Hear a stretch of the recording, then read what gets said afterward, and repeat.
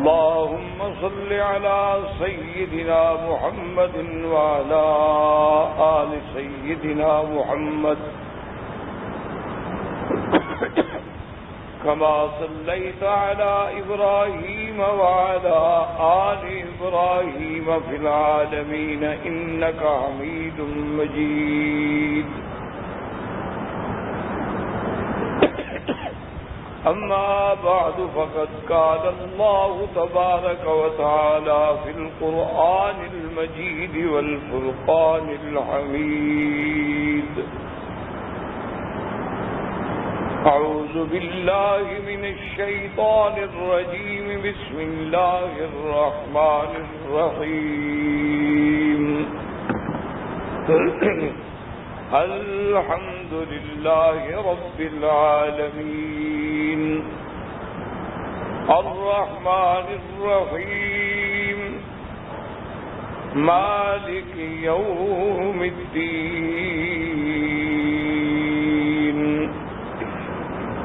قال النبي صلى الله عليه وسلم: خيركم من تعلم القرآن وعلمه، أو كما قال رسول الله صلى الله عليه وسلم. صدق الله العلي العظيم وصدق رسوله النبي الكريم، ونحن على ذلك لمن الشاهدين ومن الشاكرين، والحمد لله رب العالمين. برادران اسلام،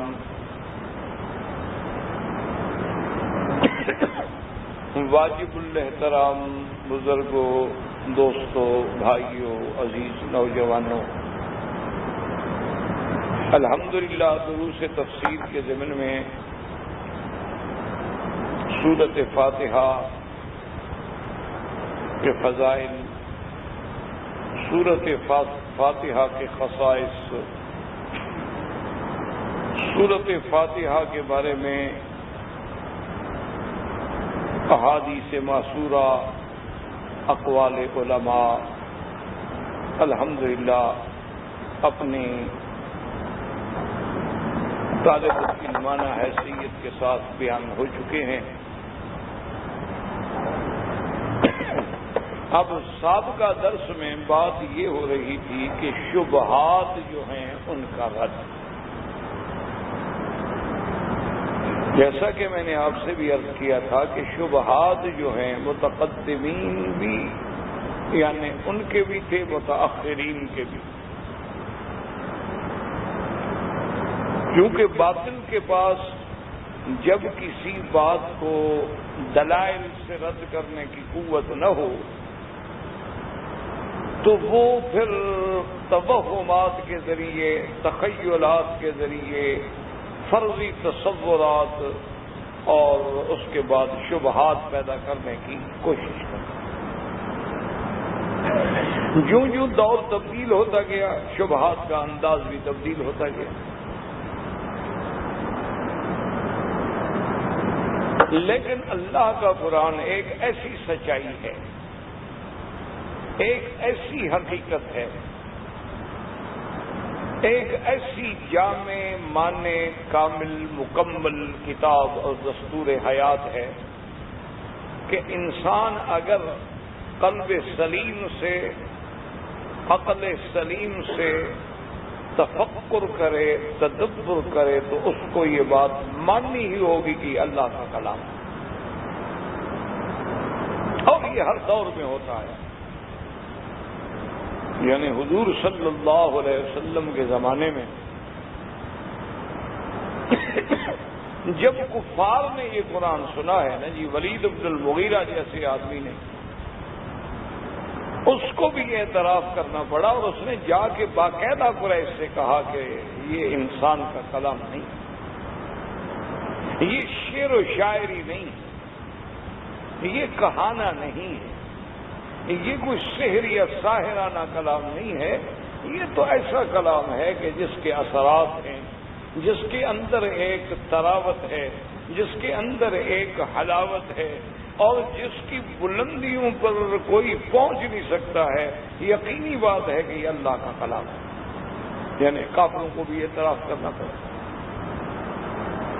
اسی طرح اس دور میں ایک رواج تھا کہ بڑے بڑے ادبا، بڑے بڑے شعراء جو ہیں اپنا کلام لکھتے تھے، نثر میں بھی اور شعر و شاعری، اور اللہ کے کعبے پر آ کے دروازے کے سامنے وہ اپنا کلام جو ہے وہ باقاعدہ فریم کر کے لٹکا دے۔ یہ معنی ہے کہ پورے دنیا کے شعراء کو ایک چیلنج ہوتا تھا، جو کہ کعبۃ اللہ میں تو ہر دور میں ہر طرف سے لوگ آتے رہے، تو جب دوسرے شعراء آتے اس کلام کو پڑھتے تو پھر اس کلام کا جواب لکھتے۔ تو کسی نے اللہ کے قرآن کی سب سے چھوٹی آیت، سب سے چھوٹی سورۃ الکوثر جو ہے لکھ کے لٹکا دی، انا اعطیناک الکوثر فصل لربک وانحر ان شانئک هو الابتر، صرف 3 جملے ہیں۔ تو اب جو بھی شاعر آئے اس کو دیکھے، جو بھی ادیب آئے غور کرے، جو بھی ادیب آئے غور کرے، آخر مجبور ہو کے ان کے جو اس دور کے سب سے بڑے شاعر تھے، اس نے اسی لکھے ہوئے کے نیچے لکھ دیا کہ لیس ھذا من کلام البشر، یہ انسان کا کلام ہی نہیں، تو ہم کیا مقابلہ کریں؟ مقابلہ تو بندوں کے کلام کا ہو سکتا ہے نا، اللہ کے کلام کا کون مقابلہ؟ یعنی اگر کسی دور میں، اسی طرح آج دیکھ لیں یہودیت میں، عیسائیت میں، ہندو مت میں، بدھ مت میں، ہر مذہب میں ایسے لوگ پیدا ہوئے ہیں جنہوں نے یہ اعتراف کیا ہے کہ یہ اللہ کی کتاب ہے، اور باقاعدہ ان نے کتابوں میں لکھا، باقاعدہ اپنے تالیفات میں لکھا کہ یہ اللہ کا کلام ہے اور اللہ کی کتاب ہے اور اس کا کوئی مقابلہ نہیں ہو سکتا۔ تو اس لیے میں عرض کر رہا تھا کہ اب چونکہ جب اللہ کے کلام کا مقابلہ نہ ہو سکے تو اس کا علاج کوئی بھی نہیں ہوتا، تو اس لیے بات سمجھیں کہ اب ان کے پاس کیا رہ جاتا ہے کہ شبہات ڈالیں۔ تو ان شبہات میں سے میں نے عرض کیا تھا کہ ایک شبہ انہوں نے یہ ڈالا ہے کہ جی بسم اللہ الرحمن الرحیم، کہ میں شروع کرتا ہوں اللہ کے نام سے جو بڑا مہربان اور نہایت رحم والا ہے۔ وہ کہتے ہیں جی کہ اللہ کا اگر کلام ہے تو پھر اللہ کسی اور اللہ کے نام سے شروع کر رہے ہیں۔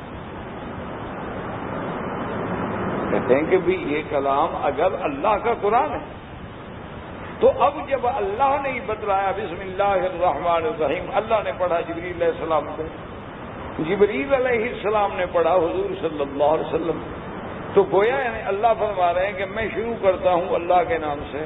کیا اپنے نام سے شروع کر رہے ہیں یا کسی اور کو خدا مان رہے ہیں؟ اور اگر اپنے نام سے شروع کریں دیکھو اپنے آپ کو فرما رہے ہیں جو بڑا مہربان ہے، جو نہایت رحم، تو یہ تو اپنی تعریف ہوئی۔ اس لیے ایک شبہہ یہ کیا گیا جس کا میں نے عرض کر دیا تھا کہ 2 جواب ہیں۔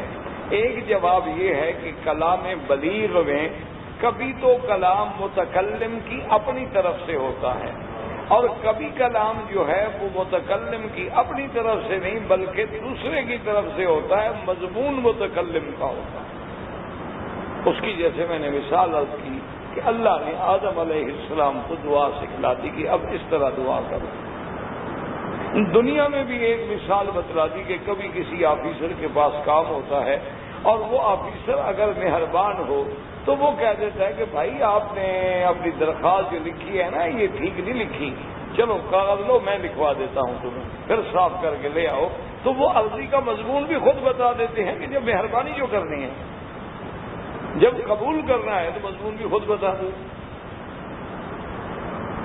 تو یہ ساری باتیں ہونے کے بعد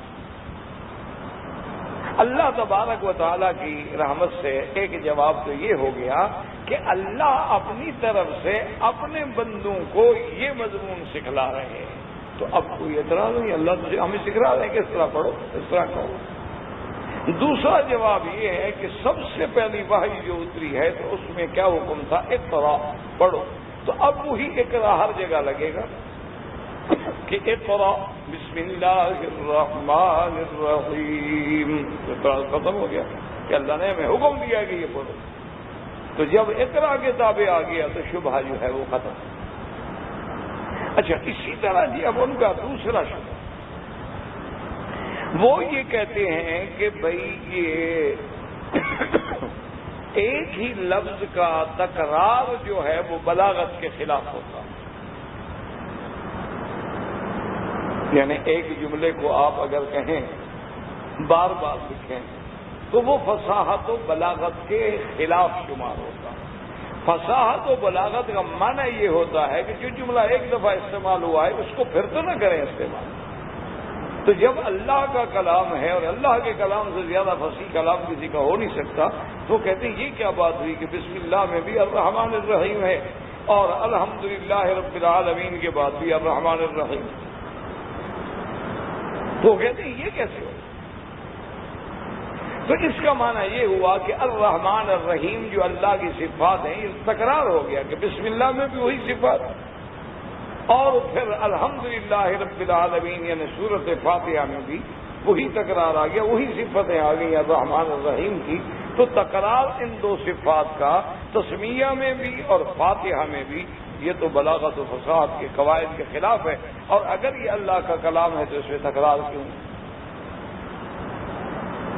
دو بات.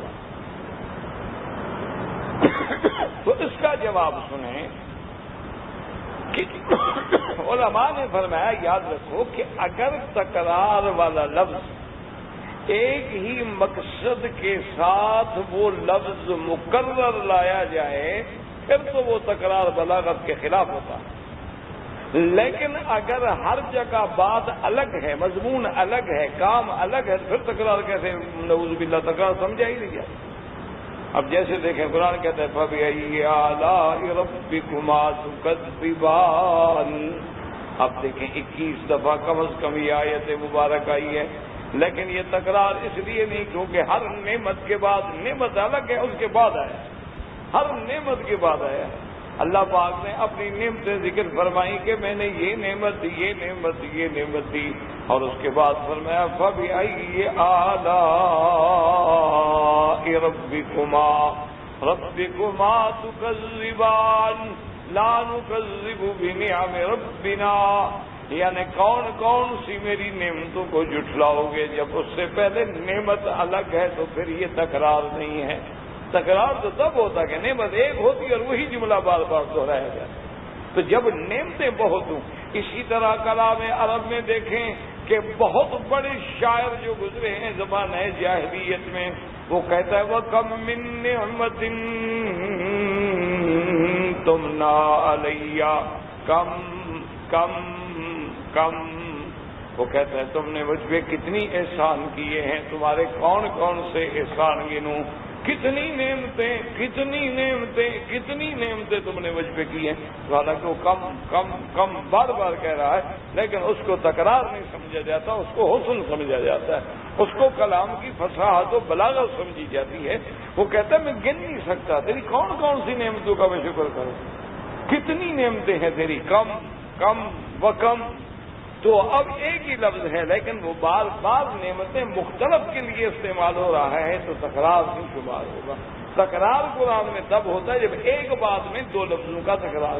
اب دیکھیں بسم اللہ الرحمن الرحیم، میں شروع کرتا ہوں اللہ کے نام سے. تو یہاں رحمان الرحیم ہے طلب فیوز کے لیے کہ یا اللہ تیرے نام سے شروع کر رہا ہوں، مہربانی فرما کے اپنا فیض فرما، اپنی رحمتیں نازل فرما. اور جب سورۃ فاتحہ میں یہ لفظ آتا ہے الرحمن الرحیم تو وہاں اس مقصد کے لیے نہیں، یہاں طلب فیوز ہے، وہاں دلیل ربوبیت ہے، دلیل ہے کہ ہمارا اللہ محمود ہے، تمام حمد کے لائق ہیں، رب العالمین ہے. کیوں؟ کیا دلیل؟ الرحمن الرحیم، چونکہ نہایت مہربان ہے، بڑا مہربان ہے، نہایت رحم کرنے والا ہے. کیونکہ رب العالمین اس کے محمود ہونے پر اللہ نے پہلے الحمدللہ، تمام محامد اللہ کے لیے ہیں. کیوں؟ رب العالمین، وہ رب ہے عالم. الرحمن الرحیم، یہ صفتیں اس کی دلیل میں آ رہی ہیں. تو بسم اللہ میں ان کا مقصد الگ ہے، سورۃ فاتحہ میں ان کا مقصد الگ ہے. تو اب تکرار کیسے ہوا قرآن میں؟ اس لیے ہمیشہ یاد رکھیں کہ تکرار تو تب ہوگی جب بات ایک ہو، جب مضمون الگ ہوگا، بات الگ ہوگی، اس میں اگر وہ لفظ استعمال ہو تو وہ کبھی تکرار نہیں ہوتا. تو اس لیے علماء نے فرمایا کہ یہ تمہارا شبہ غلط ہے کہ یہ تکرار ہے. کوئی تکرار نہیں، یہ تو کلام بلیغ ہے. بلاغت کی انتہا ہے کہ ایک ہی چیز کو ایک صفت میں لگاؤ تو مدح بن جاتی ہے. دیکھو اب دیکھیں، اب کسی بندے کو کہتے ہیں الامی، کسی کو کہہ دو تم امی ہو، کیا مانا ہے؟ یعنی ان پڑھ ہو، جاہل. کسی آدمی کو کہو گے تو وہ آپ الحمدللہ آپ لوگ ابھی جانتے ہیں. کسی کو آپ کہیں گے نا یار تم تو امی ہو، کیا مانا؟ ان پڑھ ہو. امی مانا ماں کے پیٹ سے پیدا ہوتا ہے جب آدمی تو ان پڑھ ہوتا ہے نا، پڑھا ہوا تو نہیں ہوتا ہے بھئی. یار تم تو امی ہو. اچھا تو اب دیکھیں، حالانکہ یہ کسی کو کہنا کہ امی ہو، ان پڑھ ہو، تو یہ تو شکایت ہے. لیکن اللہ نے اپنے نبی کو فرمایا النبی الامی الذی یجدونہ مکتوبا عندہم فی التوراۃ والانجیل. اللہ نے فرمایا میرا مدنی محمد مصطفیٰ نبی الامی. تو اب حالانکہ وہ امی والی صفت لگائی جا رہی ہے، لیکن کسی دوسرے کو کہو تو ذم ہے. جب میرے مدنی کے ساتھ لگے تو مدح بن جاتی ہے کہ وہ نبی امی جو کسی سے نہیں پڑھا لیکن ساری دنیا کو پڑھانے کے لیے آ گیا. تو اب وہی چیز تعریف بن گئی. یعنی وہ چیز جو دوسرے کے لیے مذمت بن رہی تھی میرے مدنی کے ساتھ لگی تو تعریف بن گئی. لفظ ایک ہی ہے. اس لیے کسی نے کہا تھا کہ تو نے کانٹوں کو چھوا اور گلستان کر دیا، کہ تم نے تو کانٹوں کو بھی ہاتھ لگائے محمد مصطفیٰ، تو وہ بھی باغ بن گئے.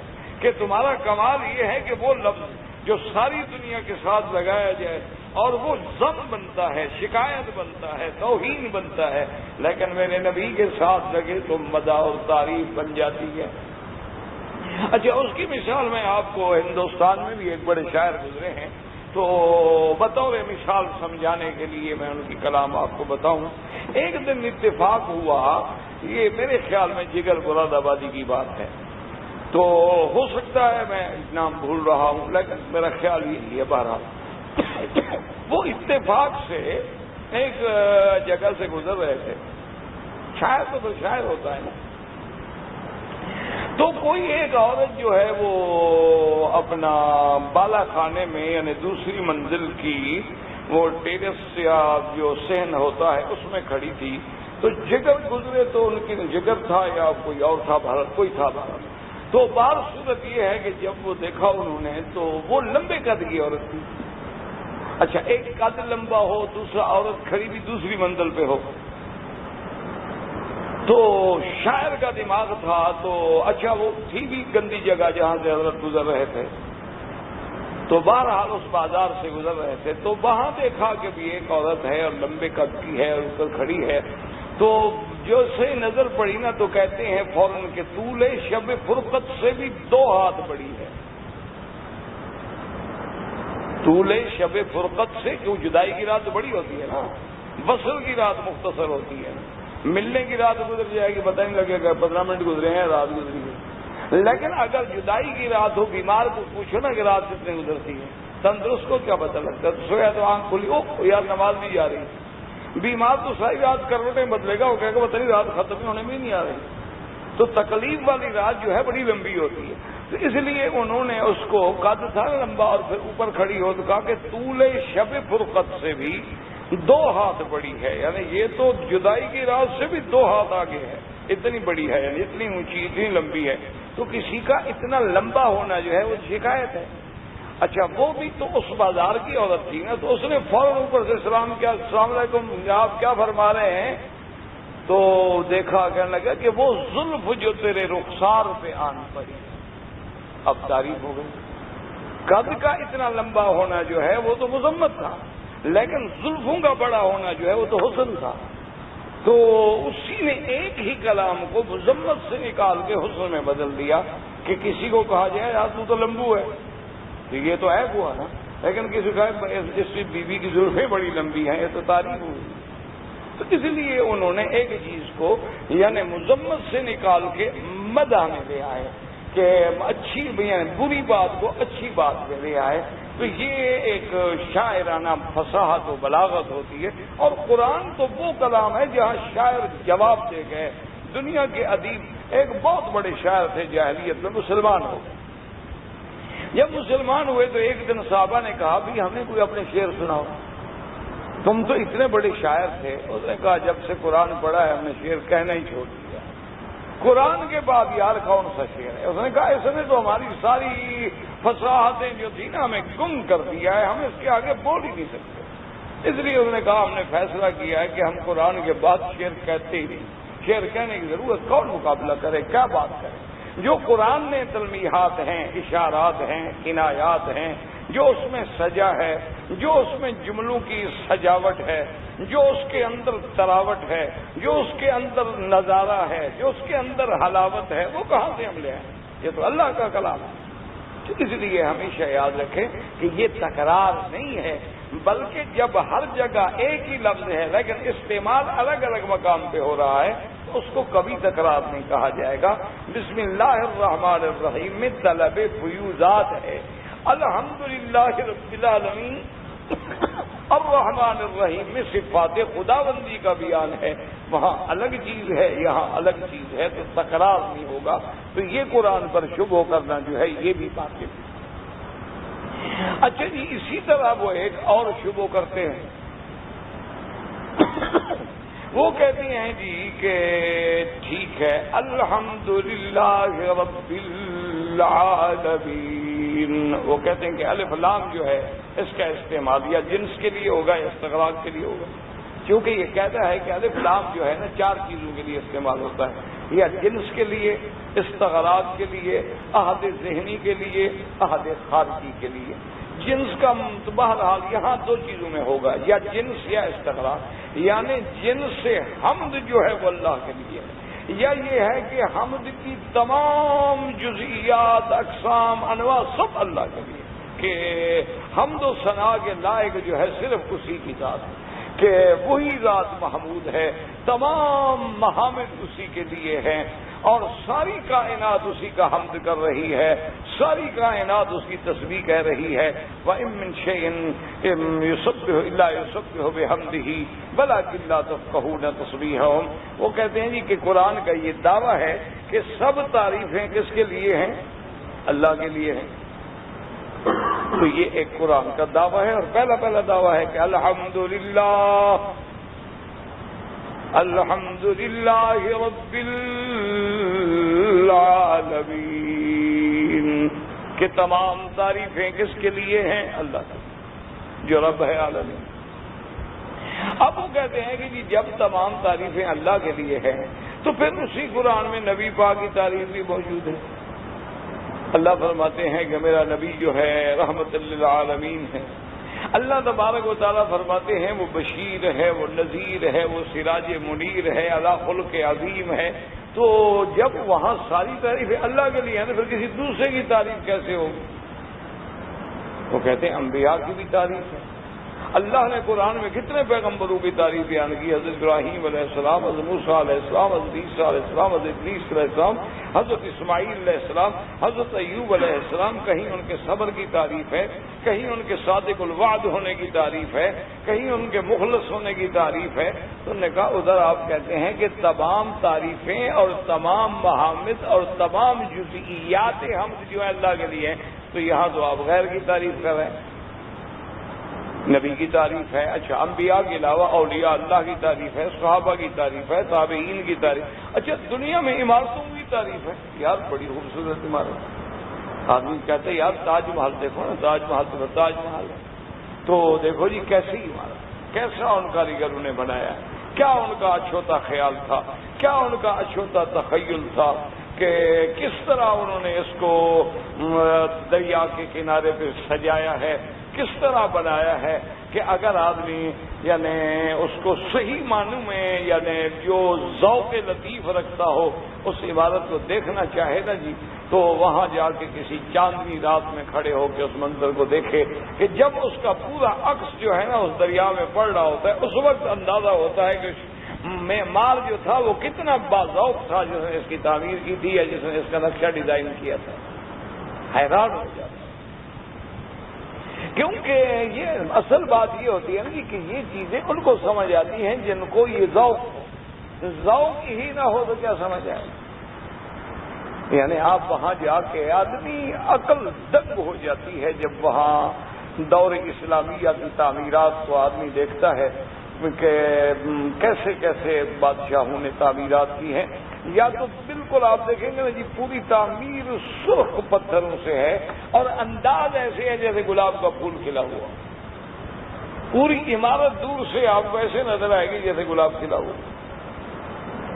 اچھا، یا پھر سفید سنگ مرمر سفید استعمال ہوا ہے، تو یہ ذوق ہوتا ہے۔ اب دیکھیں نا جیسے ایک عمارت بنی ہے دبئی میں، آپ نے شاید دیکھا ہو یا نہ دیکھا ہو،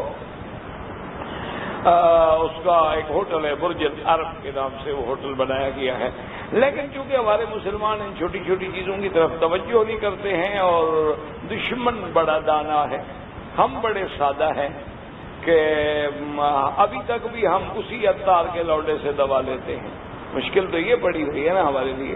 اس عمارت کا، اس ہوٹل کا یہ عالم ہے کہ اس کے بعد سویٹس جو ہے نا ان کا $15,000 ایک دن کا کرایہ ہے، 24 گھنٹے کا کرایہ $15,000 اور تقریباً 100 درہم تو صرف اس کے وزٹ کرنے کی ٹکٹ ہے کہ اگر آپ نے وہ ہوٹل دیکھنا ہو تو بہرحال اچھا، کہنے کا مقصد میرا یہ تھا کہ بنانے والا اتنا شاطر تھا کہ اس نے اس انداز میں اس کو ڈیزائن کیا ہے کہ جب آپ اس کا ایئر ویو لیں گے نا، آپ ہوائی جہاز میں بیٹھے سلیب نظر آئے گی آپ۔ اس نے اپنا جو کچھ کرنا تھا وہ تو کر گیا۔ اب ہمارے لوگوں کو اس کی سوچ ہی نہیں، سمجھ ہی نہیں، وہاں ان کی نگاہیں نہیں پہنچی، سوچ ہی نہیں پہنچی کہ یار یہ ویسے کیا کر گیا ہے وہ۔ اب جو سنا ہے کہ اب کچھ لوگوں نے بات اٹھائی ہے، اللہ عالم بات سنائی، تو میرا مقصد یہ ہے کہ ہر عمارت میں اپنے بنانے والے کا ایک ذوق ہوتا ہے۔ اچھا، اسی طرح آپ دیکھیں کہ کہیں بھی ہندو اگر آرکیٹیکٹس ہوگا، وہ اگر عمارت ڈیزائن کرے گا نا اور کہیں موقع نہ بھی ملے نا جی، تو جو میناروں پہ مثلا چاند تارا لگایا جاتا ہے، پر اس چاند تارے کا کوئی مقصد ہی نہیں ہے کہ یہ تو ایک رواج ہے نا، ورنہ کوئی قرآن و سنت میں تو نہیں ہے کہ جب مسجد بناؤ تو میناروں پہ چاند تارے لگاؤ۔ لیکن وہ جب چاند بنائے گا تو اس میں ایک ڈنڈی کھڑی کر دے گا درمیان میں۔ چاند بنا کے چاند میں ڈنڈی کا کیا تعلق ہے؟ تاکہ ترشول کا نشان بن سکے۔ وہ اپنی مار جاتا ہے، لیکن مسلمان ان باتوں کو نہیں سوچتا۔ اسی لیے ہے نا کہ کیا جانی ہے یہ کیا پائے گا اور کیا جانی ہے وہ کیا کھوئے گا۔ مندر کا پجاری جاگتا ہے، مسجد کا نمازی سوتا ہے۔ اب یہ ہمارا حال ہے، یہ ہمارا حال ہے کہ انہوں نے ہمارے ہر مقام پر ایسے انداز میں اثر ڈالا ہے کہ اب مسلمانوں کا کلچر تبدیل کر کے رکھ دیا ہے۔ اب یعنی مسلمان عورتیں جو ہیں وہ تلک لگاتی، اب مسلمان عورتیں اسی طرح ساڑی باندھتی، اب مسلمان عورتیں اسی طرح کی جیولری پہنتی ہیں، اب مسلمان عورتیں اسی طرح کے نام رکھتی ہیں۔ یعنی آپ حیران ہوں گے، مجھے ایک اچھے خاصے مسلمان گھرانے کے آدمی نے کہا کہ جب میرا والد فوت ہوا تو میرا بچہ کہنے لگا کہ وہ تقریباً کوئی 10-11 سال کا ہے، اچھا خاصا سمجھدار ہے، پڑھتا ہے انگلش اسکولوں میں، بڑے آدمی ہیں، تو کہنے لگا کہ ان کی میت رکھی ہوئی تھی تو وہ جناب بڑا بھاگتا بھاگتا آیا تو کہنے لگا کہ ڈیڈی جب گرینڈ پاپا کو آگ دیں گے تو آگ میں لگاؤں گا۔ سے سمجھا کہ ہم نے بھی دادا کو جلانا ہے، کیونکہ وہ فلمیں دیکھ رہا ہے کہ مردوں کو جلایا جاتا ہے، اس کے دماغ میں تو وہی بات بیٹھی۔ اس کو تو نہیں پتا ہے کہ مردوں کو جلایا جاتا ہے یا مردوں کو دفن کیا جاتا ہے یا قبر ہوتی ہے، ان کو کیا پتا ہے ان باتوں کا؟ وہ جو دیکھتا ہے وہی اس کے پردے سکرین پہ نقش ہے، وہی اثر انداز ہے۔ تو اس لیے میرے کہنے کا مقصد یہ تھا کہ ہر چیز کی تعریف ہوتی ہے، تو کہتے ہیں جی ایک دفعہ تو آپ مسلمان کہتے ہیں کہ تمام تعریفیں اللہ کے لیے، اور دوسری طرف آپ کہتے ہیں کہ اس کی بھی تعریف ہے، اس کی بھی تعریف ہے، اس کی بھی تعریف ہے، اس کی بھی تعریف ہے، تو یہ کیا بات ہے؟ تو یہ تو شبہ ہے قرآن میں، نعوذ باللہ۔ تو اس لیے یاد رکھیں کہ اس کے جواب میں علماء نے فرمایا کہ اللہ کے بندے واقعی تمام تعریفیں اللہ، لیکن جہاں جہاں مصنوعات کی تعریف ہوتی ہے وہ دراصل صانع کی تعریف ہوتی ہے۔ آپ دیکھیں نا مثلا کسی خطاط کا ماشاءاللہ کوئی قطعہ لکھا ہوا ہو، قرآن کی آیت لکھی ہوئی ہو، اب دیکھیں نا صادقین جیسے گزرے ہیں خطاط، یا اسی طرح اب بھی ہیں ہمارے بزرگ سید نفیس الحسن مدد اللہ العالی، وہ بھی ماشاءاللہ۔ تو ان کے جب ہم نقش کو دیکھتے ہیں کہتے ہیں سبحان اللہ یار کیا لکھا، تو یہ دراصل نقش کی تعریف نہیں، نقاش کی تعریف ہوتی ہے، یہ نقش کی تعریف نہیں ہو رہی ہے، اصل بات جو ہے نقاش کی ہو رہی ہے۔ اب جب آپ آسمانوں پہ نظر ڈالیں گے، جب آپ زمین پہ نظر ڈالیں گے، جب آپ السماوات والارض واختلاف اللیل والنہار لآیات لأولی الالباب، ان سب چیزوں میں نشانی ہے۔ اور میرے بندے کون ہیں؟ الذین یذکرون اللہ قیاما وقعودا وعلی جنوبہم وَيَتَفَكَّرُونَ فِي خَلْقِ السَّمَاوَاتِ وَالْأَرْضِ رَبَّنَا مَا خَلَقْتَ هَذَا بَاطِلًا سُبْحَانَكَ فَقِنَا عَذَابَ النَّارِ۔ تو اب جناب دیکھیں تو ہر چیز کے بعد بات تو وہی ہے۔ جب ہم حضور کی تعریف کریں گے، محمد مصطفیٰ عظمتوں والے سید الاولین والآخرین، امام الانبیاء والمرسلین، رحمت للعالمین، تو یہ ساری ان کو بھیجنے والا، بنانے والا، پیدا کرنے والا کون ہے؟ اللہ ہے۔ تو تعریفیں تو اللہ کی ہو رہی، تو تمام وہاں میں جو ہے تو اللہ کی طرف جائیں گے۔ جس کے ہم کسی کو دیکھیں گے بھی اس انسان کو اللہ نے کیسا، اسی لیے قرآن کہتا ہے بندے پہ غور کا فلا غور نہیں کرتے ہو۔ ابلم ينظروا الى السماء فوقهم کیف بنیگا۔ تو اس لیے علماء نے فرمایا کہ تمہارا یہ اعتراض جو ہے وہ غلط ہے، اس لیے کہ تمام تعریفیں اللہ کے لیے ہیں۔ ہم اگر اللہ کے علاوہ کسی مخلوق کی تعریف کریں وہ بھی دراصل خالق کی تعریف ہے، بنانے والے کی تعریف ہے۔ جیسے کربی شاعر نے کہا وفی کل شیء لہ آیۃ، ہر چیز میں اس کی نشانی ہے، تدل علی انہ واحد، جو دلالت کرتی ہے کہ وہ باقی ایک ہے، وہ وحدہ لا شریک ہے۔ جیسے کسی اردو زبان کے شاعر نے کہا کہ ہر مرغ و باغ تیری تسبیح پڑھ رہے ہیں، ہر غنچہ سحر سے سنتا ہوں نام تیرا، کہ ہر چیز تو تیری تسبیح پڑھ رہی ہے، ہر چیز تو تیرا حمد کر رہی ہے، پرندے چہچہا رہے ہیں، اور ہر چیز دنیا کی کوئی چیز بھی ہے جو کلیاں چٹک رہی ہیں، پھول کھل رہے ہیں، سمندر کی لہریں اپنے جوش میں ہیں، اگر غور کرو گے تو ہر چیز سے تیری تسبیح ہے، ہر چیز میں تیری تحمید ہے، ہر چیز میں تیری تحلیل ہے، ہر چیز میں تیرا نام ہے۔ تو اس لیے وہ کہتا ہے کہ ہر غنچہ کے دہن سے سنتا ہوں نام تیرا، میں تو ہر جگہ سے تیرا نام ہی سنتا ہوں۔ تو اس لیے کہنے کا مقصد یہ تھا کہ اب ان کا اعتراض جو ہے اس کی بھی کوئی حیثیت نہ رہی کہ واقعی تمام تعریفیں اللہ کے لیے۔ اب جناب آگے آئے ایک اور شبہ وہ کرتے ہیں، وہ کہتے ہیں جناب کہ بسم اللہ میں بھی آیا بسم اللہ الرحمن الرحیم، پھر فاتحہ میں آیا الحمدللہ رب العالمین الرحمن الرحیم۔ کہتے ہیں اللہ کی دو صفتیں ہیں، رحمان رحیم۔ وہ کہتے ہیں کہ رحمان کا وزن جو ہے فعلان ہے، رحیم کا وزن جو ہے فعیل ہے۔ رحیم میں 4 حرف ہیں، رحمان میں 5 ہیں۔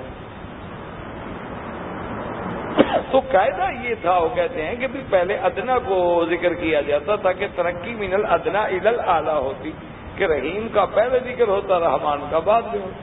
لیکن دونوں جگہ رحمان کا ذکر پہلے آیا اور رحیم کا ذکر بعد میں. یہ تو اعلیٰ سے ادنا کی طرف آ رہے ہیں.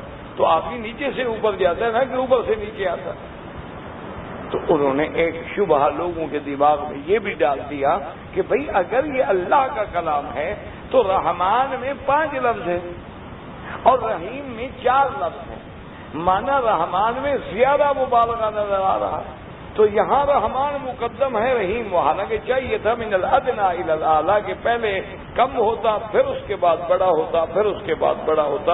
اس کو کہتے ہیں ترقی من الادنی الی الاعلی. تو انہوں نے کہا کہ یہ تو اعلیٰ سے الی الادنی ہو رہی ہے، تو یہ کیسے ترقی ہے؟ تو اب جناب اس کا جواب دیکھیں. ایک جواب تو یہ ہے کہ جیسے کلام میں ترقی من الادنا الی الاعلی ہوتی ہے، اس کو آپ محسوسات میں نہ لے جائیں. یعنی ایک بات ہو رہی ہے کلام مبارک میں اور تم اس کو محسوسات میں لے جا رہے ہو کہ جی کسی مکان پہ چڑھنا ہو تو نیچے سے اوپر چڑھیں گے، نہ کہ اوپر سے نیچے اتریں گے. وہاں اس کے ساتھ تشبیہ دینے کا تو کوئی عقل ہی نہیں. اور دوسری بات یوں سمجھیں کہ قرآن ہمیں یہ بتلاتا ہے کہ کبھی کبھی ادنا سے اعلیٰ کی طرف بھی آتا ہے، کبھی کبھی ادنا سے اعلیٰ کی طرف بھی آتے ہیں. جیسے اللہ نے فرمایا اما ان کان من المقربین فروح وریحان وجنۃ نعیم واما ان كان من اصحاب اليمين فسلام لك من اصحاب اليمين واما ان كان من اصحاب الشمال.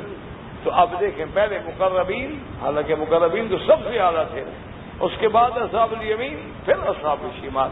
تو اب اعلیٰ سے ادنا کی طرف آ رہے ہیں.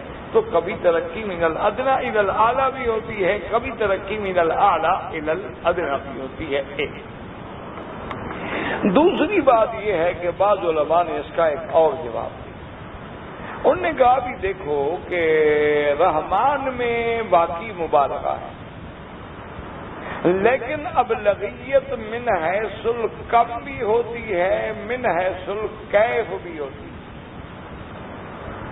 بات کو سمجھیں کہ اب لغیت جو ہے من حیث الکم بھی ہوتی ہے، من حیث الکیف بھی ہوتی ہے. مانا کمیت کیا مانا؟ مثلا ایک جگہ ہم دیکھیں کہ 10 موتی رکھے ہیں، ایک جگہ 1 رکھا ہے. تو اب کمیت کے اعتبار سے تو یہ 10 زیادہ ہے کیونکہ یہ 10 ہے اور یہ 1 ہے. تو صاف بات ہے کہ 1 سے 10 زیادہ ہوتے ہیں. اچھا اس کو کہتے ہیں کمیت. اچھا کیفیت یہ ہے کہ یہ 10 موتی جو ہیں 10 ہزار کے ہیں تو 1 لاکھ کے بنے. یہ 1 موتی 2 لاکھ کا ہے. تو کیفیت میں تو یہ بڑھ گیا. بات کو سمجھیں کہ کمیت اور کیفیت کی آپ کو بات سمجھ آ جائے خدا کرے. جیسے کسی فلسفی نے ایک دفعہ یہ کیا، ویسے بات اس نے بہت اچھی کی، آدمی کو سمجھنی چاہیے. کسی کا بھی قول ہو اگر اچھا ہے تو اسے لینا چاہیے. تو اس نے یہ کیا کہ اپنے شاگردوں کو بٹھا کے ایک شیشے کا جار یعنی مرتبان جسے آپ کہتے ہیں، شیشے کا مرتبان رکھا اور چھوٹی چھوٹی گیند ہوتی ہے نا یہ ربڑ کی بنی ہوئی، چھوٹی بچے کھیلتے ہیں گول میں، تو وہ بھی بہت ساری اس نے نکالا اور اس میں ڈالتا گیا. اب جناب بالکل وہ آخر تک آ گیا. اس نے پوچھا اپنے شاگردوں سے کہ بھئی یہ دیکھ رہے ہو مرتبان بھر گیا؟ انہوں نے کہا جی ہاں بھر گیا. انہوں نے کہا اور تو کوئی گنجائش نہیں؟ انہوں نے کہا جی بالکل بھر گیا ہے، ڈھکنے تک آ گیا ہے، ڈھکنا بھی اب ذرا زور سے بند کرنا ہوگا. انہوں نے کہا اچھا ٹھیک. اب جناب اس نے کیا کیا، اس کے بعد اس نے کچھ گندم کے دانے تھے وہ اٹھائے اور وہ ڈال دیے. وہ چلے گئے، وہ جو خالی جگہ تھی نا وہاں دانے چلے گئے. انہوں نے کہا اب بتاؤ بھائی. انہوں نے کہا جی اب تو بالکل بھر گیا ہے، جو خالی جگہ نظر آ رہی تھی وہاں آپ نے گندم کے دانے ڈال دیے. انہوں نے کہا آپ اچھی طرح دیکھ لو. انہوں نے کہا جی ہاں بھر گیا. اس نے تھوڑی دیر کے بعد ریت کی پڑیا اٹھائی اور وہ ڈال دی، ریت ساری بھر گئی اور ریت بھی اندر چلی گئی. تو اتنی ساری ریت اسی کے اندر کھپ گئی. تو اس نے کہا جی اب بتاؤ. انہوں نے کہا جی ہاں اب تو بالکل بھر گیا ہے. انہوں نے کہا یار یہ کتنے دفعہ نمبر ہو گیا؟ یہ پہلے بھی بھر گیا تھا، اس کے بعد پھر میں نے اور چیزیں ڈال دی تو پھر آپ نے کہا اچھا اب بھر گیا ہے. تو اب جناب میں نے ریت ڈال دی، ریت بھی ساری اندر چلی گئی، 1 کلو کے قریب ریت اندر چلی گئی. اب کہتے ہیں یہاں بھر گیا. اب تو کوئی گنجائش نہیں ہے. کہا جی نہیں ہے. تو کافی پی رہا تھا تو اس نے وہ کافی ساری ڈیل دی، وہ بھی اندر چلی گئی اور ریت پی گئی. تو انہوں نے کہا اب بتاؤ.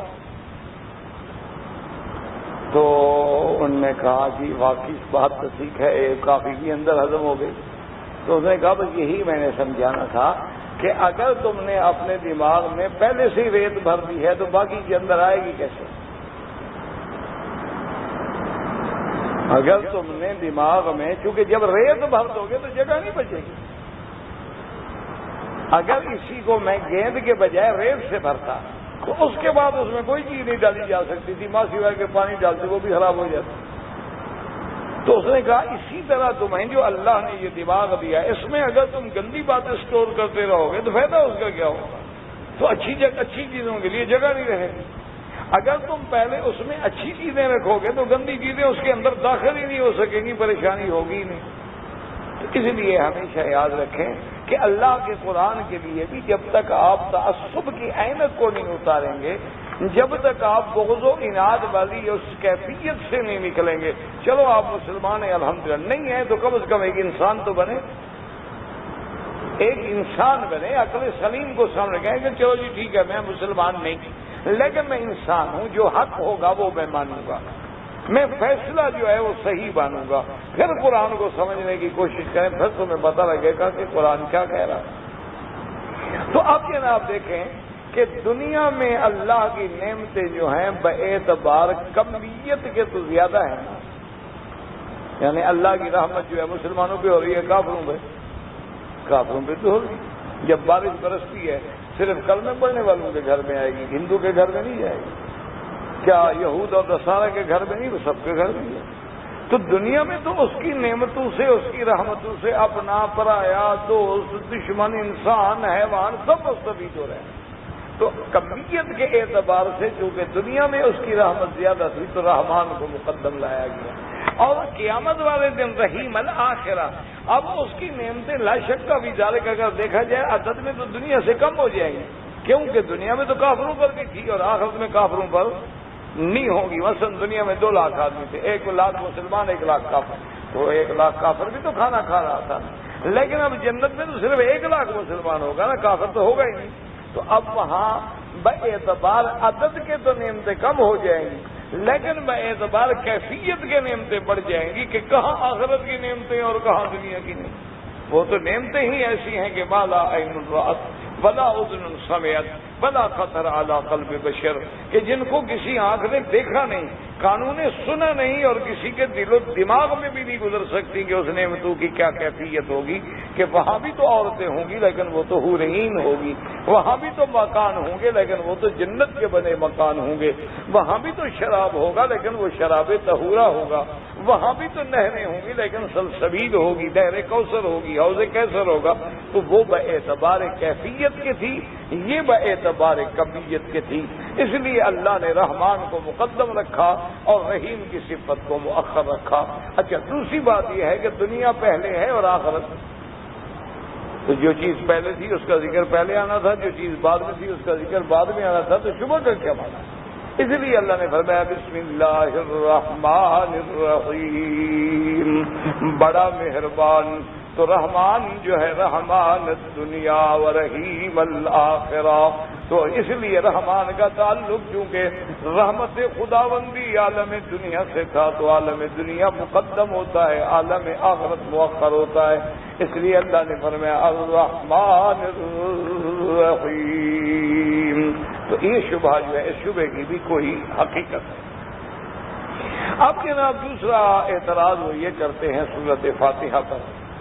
وہ کہتے ہیں کہ آپ کی سورۃ فاتحہ میں آتا ایاک نعبد و ایاک نستعین، تیری ہی عبادت کرتے ہیں اور تجھ ہی سے مدد مانگتے ہیں. وہ کہتے ہیں دیکھو اللہ کے بندے مدد پہلے ہوتی ہے، عبادت بعد میں ہوتی ہے، لیکن یہاں عبادت مقدم ہے اور مدد مؤخر ہے. وہ کہتے ہیں جیسے وضو نہ کرو تو نماز ہو، وضو کے بغیر نماز نہیں ہو سکتی تھی، اسی لیے اگر اللہ کی مدد شامل نہ ہوتا وہ کیسے نماز پڑھیں گے، یہی بات کریں گے کیسے؟ تو پہلے تو ہمیں مدد بھی لینا خدا کی، تو لہذا نستعین مقدم ہوتا، نعبد مؤخر ہوتا، لیکن قرآن میں ہے ایاک نعبد و ایاک نستعین، اس کی کیا وجہ ہے؟ لہذا ان نے شبہ کر دیا کہ یہاں تقدیم تاخیر کیوں ہے۔ اب جناب یاد رکھیں اس کے بعد علماء نے تو یہ جواب دیا کہ کہیں کہیں فصیح و بلیغ کلام میں بھی فواصل کی رعایت کی جاتی ہے۔ فواصل کا کیا معنی؟ کہ چونکہ پہلے تھا بسم اللہ الرحمن الرحیم الحمد للہ رب العالمین الرحمن الرحیم مالک یوم الدین ایاک نعبد و ایاک نستعین، تو عالمین، یوم الدین، نستعین، تو فواصل جو ہیں آپ اسے مل رہے ہیں تو اس میں ایک حسن اور جمال پیدا ہو رہا ہے۔ اگر ہوتا ایاک نستعین و ایاک نعبد تو پہلی آیت سے نہ ملتا تھا، مالک یوم الدین سے فاصلہ نہ ملتا، تو اس لیے رعایت فواصل کے طور پر بھی اللہ نے یہاں نعبد کو مقدم رکھا ہے اور نستعین کو مؤخر رکھا ہے۔ بعض علماء نے یہ جواب دیا، لیکن اصل جواب جو ہے نا یاد رکھیں، جو بعض محققین نے دیا ہے نا وہ زیادہ قوی جواب، یہ بھی جواب ہے الحمدللہ، لیکن جو محققین نے دیا وہ زیادہ قوی۔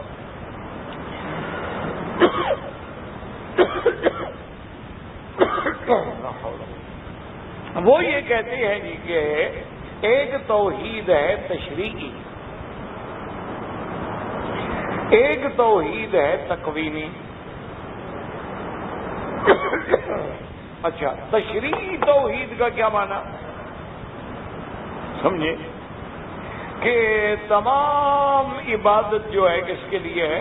اللہ کی، یہی دعوت دینے کے لیے سارے نبی آئے، ہر پیغمبر جو آئے ہیں تو کیا دعوت دی تھی؟ اِلَىٰ عَادٍ أَخَاهُمْ هُودًا قَالَ يَا قَوْمِ اعْبُدُوا اللَّهَ مَا لَكُم مِّنْ إِلَٰهٍ غَيْرُهُ وَإِلَىٰ ثَمُودَ أَخَاهُمْ صَالِحًا قَالَ يَا قَوْمِ اعْبُدُوا اللَّهَ مَا لَكُم مِّنْ إِلَٰهٍ غَيْرُهُ وَإِلَىٰ مَدْيَنَ أَخَاهُمْ شعيبا قال يا قوم اعبدوا الله ما لكم من إله غيره۔ اب دیکھیں ہر پیغمبر نے کیا دعوت دی کہ اللہ کی عبادت کرو جس کے سوا کوئی معبود برحق نہیں، تو یہ توحید تشریع ہے۔ اچھا، توحید تکوین کیا ہے؟ کہ ہر چیز پر جب ہم دیکھتے ہیں بھی آسمان کس نے بنایا؟ اچھا، بڑے سے بڑا منکر بھی ہو وہ کہے اللہ نے نہیں بنایا، چلو بتاؤ کس نے بنایا؟ چلو اللہ نے نہیں بنایا، کس نے بنایا؟ کوئی اس کے بعد جواب ہے؟ وہ علامہ اقبال مرحوم کہے نا ایک دفعہ کسی کمیونسٹ ملک میں، تو علامہ صاحب فرمانے لگے کہ میں ہوٹل کے باہر ٹہل رہا تھا لان میں، اور میرا مترجم جو تھا وہ کمیونسٹ تھا۔ میں نے اس سے پوچھا یار یہ ہوٹل، اس نے کہا جی ہم نے بنایا۔ میں نے کہا لان بڑا خوبصورت ہے، اس نے کہا جی ہم نے لگایا، ہم نے بنایا۔ یار پھولوں کی ترتیب بھی بہت اچھی ہے، اس نے کہا یہ سب ہم نے کیا ہے، تو خام خواہ تو مسلمان ہر بات میں اللہ کو لے آتا ہے، جی اللہ نے کیا، اللہ کا کیا کام ہے ذرا۔ میں نے ایک پھول توڑا، میں نے کہا اس کو ذرا دیکھو کہ اس میں خوشبو کس نے ڈالی ہے؟ بس وہ کھڑا ہو گیا، اللہ کے بندے تمہاری ایک ہی زمین میں سینکڑوں قسم کے پھول لگے ہیں، زمین ایک ہے، پانی ایک ہے، مالی ایک ہے، لگانے والا ایک ہے، لیکن سب کی رنگ الگ ہے، پھول کی خوشبو الگ ہے، یہ خوشبو کس نے ڈالی ہے؟ اب وہ کہہ رہی ایسے ہوتا نہیں، ایسے ہوتا کیا نہیں؟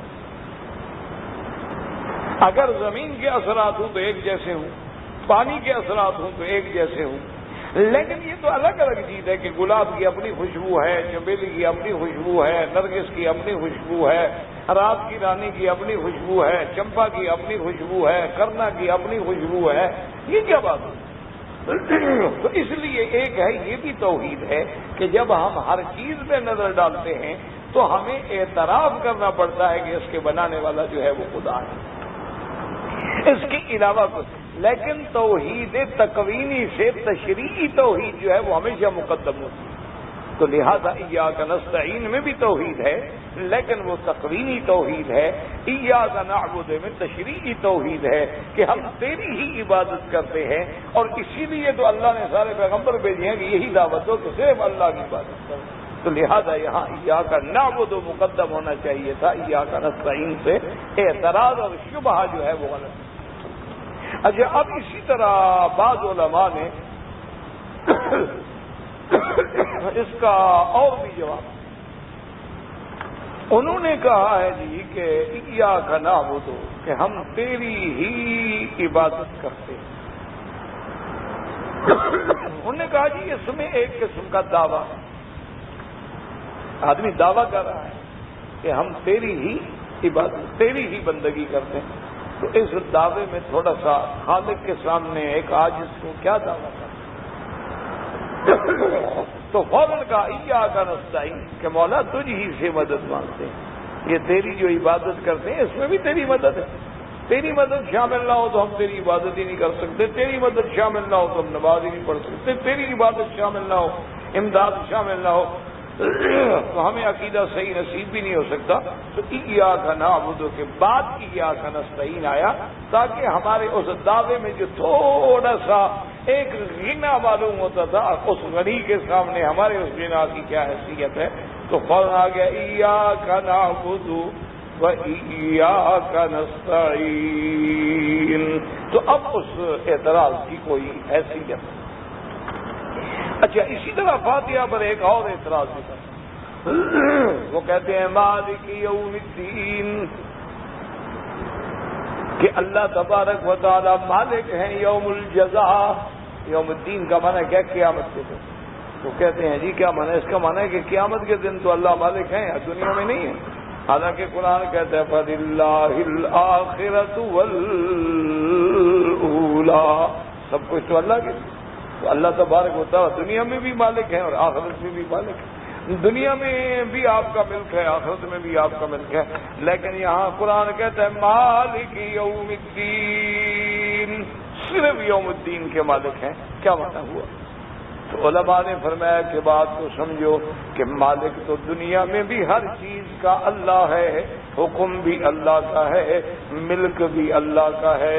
اسی لیے فرماتے ہیں لہو ملک السماوات والارض، کہیں فرماتے ہیں للہ ما فی السماوات وما فی الارض، کہیں فرماتے ہیں سبحان الذی بیدہ ملکوت کل شیء، اور کہیں فرماتے ہیں تبارک الذی بیدہ الملک وہو علی کل شیء قدیر، اور کہیں اللہ تبارک و تعالی ارشاد فرماتے ہیں قل اللہم مالک الملک، ہر چیز کا مالک اللہ ہے.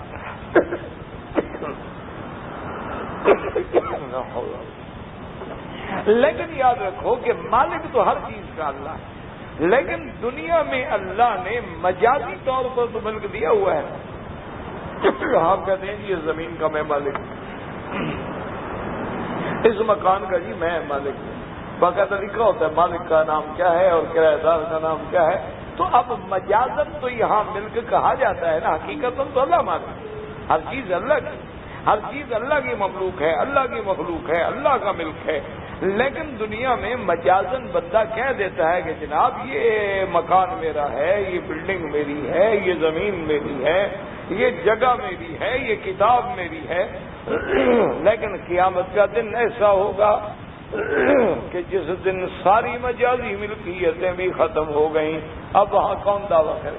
اس لیے قرآن کہتا ہے کہ آواز آئے گی لمن الملک اليوم، کس کے لیے ہے آج ملک اور ملک؟ تو مفسرین نے لکھا ہے کہ سال سال سینکڑوں گزر جائیں کہ کوئی جواب نہیں دے سکے گا. کون دعویٰ کرے؟ تو اللہ پھر خود جواب دیں گے للہ الواحد القہار. تو اس دن بادشاہوں کی مجازی بادشاہتیں بھی ختم ہو گئیں، مل کے مجازی بھی ختم ہو گئے، سب کچھ ختم ہو گیا. اب وہاں کوئی کہہ نہیں سکتا ہے کہ جی میرا ہے، میں مالک ہوں. اللہ نے فرمایا کہ اس لیے فرما دیا مالک یوم الدین، کہ اس روز جزا کا مالک کون ہے؟ اللہ تبارک و تعالی. اس لیے اللہ تبارک و تعالی نے فرما دیا کہ دنیا میں تو مالک ہونے کے مجازی دعوے ہو سکتے تھے، لیکن آخرت میں تو کوئی دعوے کرنے والا ہی نہیں ہے نا. کون دعویٰ کرے کہ میں مالک ہوں؟ اس دن تو سب کا ملک ختم ہو گیا. اس دن تو سب عاجزی میں کھڑے ہیں. یوم یقوم الروح والملائکۃ صفا لا یتکلمون الا من اذن له الرحمن وقال صوابا. کہ قیامت کا دن تو ایسا ہوگا کہ اللہ کا فرشتہ جبریل بھی اور سارے فرشتے جو ہیں صف میں کھڑے ہیں، ان کو تو اتنا بھی طاقت نہیں ہوگی کہ اللہ کے اذن کے بغیر زبان کھول سکیں، بات کر سکیں. تو اب یقین ہو گیا کہ کسی کا ملک نہیں ہوگا اس دن، مجازی ملک بھی کسی کا نہیں ہوگا، اور حقیقی ملک تو دنیا میں بھی کسی کا نہیں کہ ہم آج مالک ہیں کل مر گئے. لیکن مجازن تو ہمیں کہنے کا حق ہے کہ یہ میری ملکیت ہے، لیکن قیامت میں نہ کوئی مجازی ہوگا نہ کوئی اور ہوگا، صرف اسی کا ملک ہوگا. اس لیے اللہ نے فرمایا الرحمن الرحیم، آگے فرمایا مالک یوم الدین ایاک نعبد وإياك نستعين وآخر دعوانا الحمد لله رب العالمين.